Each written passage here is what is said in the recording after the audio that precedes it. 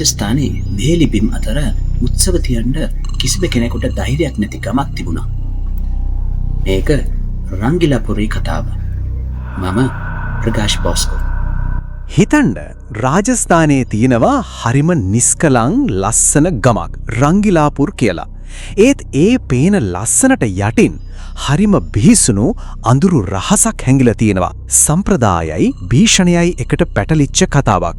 අපි බලමුද මොකක්ද මේ රහස කියලා?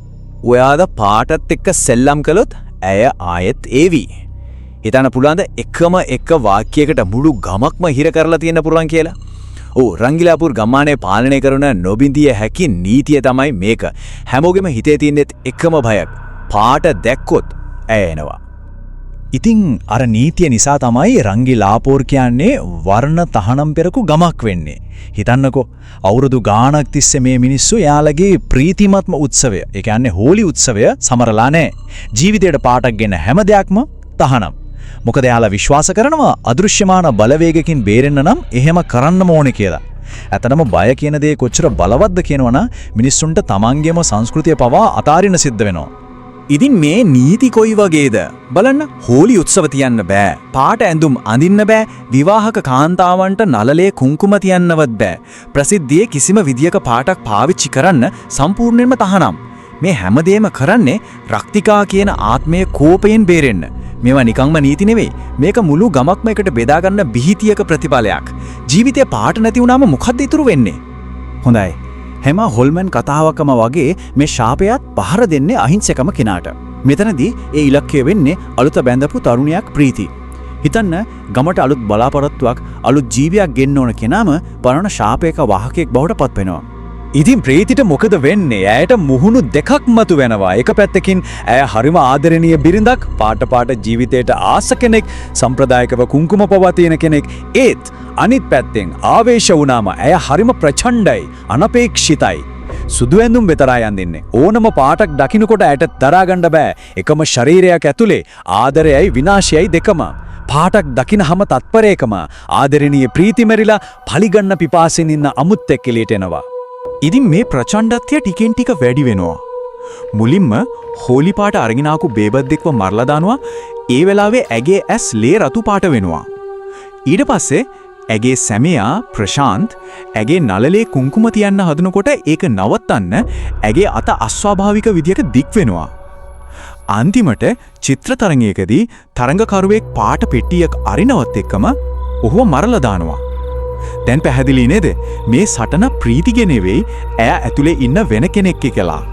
මේ හැමදේම දැකලා ප්‍රීතිගේ සැමියා ප්‍රශාන්ත් සම්පූර්ණයෙන්ම කම්පා වෙනවා. හිතන්න, තමන් ආදරය කරන කෙනාගේ ශරීරයේ ඇතුලේ වෙන කෙනෙක් ජීවත් වෙනවා දකින්න එක. ඉතින් ඔහු උත්තර හොයන්න මම්මුලා වෙලා දඟලනවා. ඔහුගේ තාර්කික ලෝකය මේ අద్භූත ශාපයත් එක්ක කෙලින්ම ගැටෙනවා. ඉතින් ප්‍රශාන්ත් මොකද්ද කරන්නේ? ඔහු පියවරෙන් පියවර මේක හොයන්න පටන් ගන්නවා. මුලින්ම අර චිත්‍ර තරඟයේදී වෙච්ච මිනිමැරුම ඔහු තමන්ගේ ඇස් දෙකෙන්ම දකිනවා. දෙවැනියට ඒ වෙලාවේ ඔහු ඒ භූතාත්මයේ ෆොටෝ එකක් ගන්නවා. ඊළඟට ඔහු ඒ ෆොටෝ එක අරගෙන ගමේ ඉතිහාසය දන්න ලේක්පාල්ව හම්බ වෙන්න යනවා.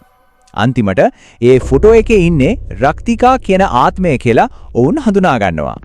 ඇත්තටම මේ අතාර්කික භීෂණයට තාර්කික උත්තරයක් හොයන්න දරන උත්සාහය. මෙන්න මේක තමයි හැරවුම් ලක්ෂය.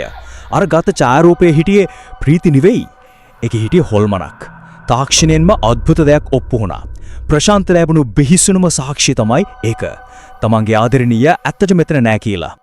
ඉතින් තර්කයෙන් මේක විසඳන්න බෑ කියලා තේරුණාම මිනිස්සු හැරෙන්නේ ඇදහිල්ල පැත්තට. අන්තිම බලාපොරොත්තු විදියට ප්‍රීතිවයි මුළු ගමමයි බේරගන්න එයාලා තාන්ත්‍රිකයෙකු ගෙන්නනවා. අදෘශ්‍යමාන බලවේගයක් එක සටන් කරන්න අදෘශ්‍යමාන දේවල් ගැන දන්න කෙනෙක් ඕනනේ. හොඳයි. අර චාරිත්‍රය කරන අතරතුරේදී තමයි මේ ශාපයේ ඇත්තම කතාව එළියට එන්නේ. රක්තිකා කියන්නේ කවුද? ඇය රුද්‍රසිංහ කියන රජ කෙනෙක් පාවා දීපු කාන්තාවකගේ ආත්මයක්. ඉතින් ඇය පලිගන්නවිත් ඉන්නේ. පාට දකින්නකොට ඇය ක්‍රියාත්මක වෙන්නේ ඒකයි. ඇයට ඕන ඒ රජුගේ ලේන් හෝලි සෙල්ලම් කරන්න. ඉතිහාසයේ තුවාල කවදාවත් මැකෙන්නේ නැහැ කියන එකට හොඳම උදාහරණයක්. ඉතින් චාරිත්‍රයේ සාර්ථක වන අවුරුදු ගාණක් මුළු ගමක්ම බයෙන් තියපු ඒ බෙහිසුණු ආත්මය පූජනීය යන්ත්‍රයක් ඇතුලේ හිර කරනවා. අන්ධකාරයට එරෙහිව ආලෝකය දිනුවා වගේ මොහොතක්. ඔන්න ගම්මානය බේරුණා. හැමෝම ලොකු හුස්මක් ගන්නවා. බය නැති වෙලා සහනයක් දැනෙනවා. අවුරුදු ගානකට පස්සේ රංගිලාපුරු මිනිස්සුන්ට ආයෙත් පාටගෙන හීන දකින්න පුරුවන් වෙනවා. එයාලා හිතන්නේ භීෂණය ඉවරයි කියලා. ඒත් කතාව එතනින් ඉවර නෑ. ඇත්තටම භීෂණය පටන් ගත්තා විතරයි. අර දැනුණු සහනය තත්වරයකින් නැති වෙලා යනවා. මොකද කතාවේ බිහිසුණුම පෙරලිය සිද්ධ වෙන්න යන්නේ දැන්. හිතාගන්නවත් බැරි දෙයක් වෙනවා. අර ආත්මය හිර කරපු යන්ත්‍රය බිඳිලා යනවා. එකපාරටම ගම්මුන්ගේ හැම බදාපොරොත්තුවක්ම සුණු විසුණු වෙනවා. රක්තිකා ආයෙත් නිදහස්. හැමදේම ආයෙත් මුලේ ඉඳන්. ඒත් මේ පාර තත්වය ඊටත් වඩා දරුණුයි. අංක 2. මොකද්ද මේකේ තේරුම? දෙවෙනි ප්‍රහාරයක් දෙනද මේ කියන්නේ? නැත්තම් මේ කතාවේ අපි කවුරුත් දැනගෙන හිටියේ නැති තවත් රහසක් තියනවද? රක්තිකා නිදහස් වෙලා තාන්ත්‍රිකයාගෙන් පලිගන්නවා. ඒත් මැරෙන්න කලින් ඔහු මේ බිහිසුණු ඇත්ත හෙලි කරනවා. මේ ගමේ එක ආත්මයක් නෙවෙයි දෙකක් තියෙනවා. හිතන්නකෝ මෙච්චර වෙලා යාළුවා සටන් කරලා තියෙන්නේ වැරදි කෙනෙක් එක්කද? නැත්තම් යාළුවා දැකලා තියෙන්නේ ඇත්ත භීෂණයේ සෙවණල්ලක් විතරද? ඉතින් අපි මේ කතාව මෙතනින් නවත්තන්නේ මේ ප්‍රශ්නයත් එක්ක. රක්තිකාට අමතරව කවුද අනෙක් ආත්මය? රංගිලාපුර මිනිස්සු දැන් දන්නවා යාළගේ නරකම හීනය රක්තිකා නෙවෙයි කියලා. මොකද දන්නේ යක්ෂයාට වඩා නොදන්නේ යක්ෂයා ගොඩක් භයානකයි. ඉතින් රක්තිකා පිටිපස්සේ හැංගිලා ඉන්න ඒ අනෙක් ආත්මේ කවුරු වෙන්න පුළුවන්ද? මේ කතාව ඔබගේ මතකයේ රැඳුණා නම් මගේ channel එක subscribe කරලා bell button එක ඔබලා යාළුවන්ට share කරන්න. තවත් අලුත් කතාවකින් හම්බෙමු. මම ප්‍රකාශ් බොස්.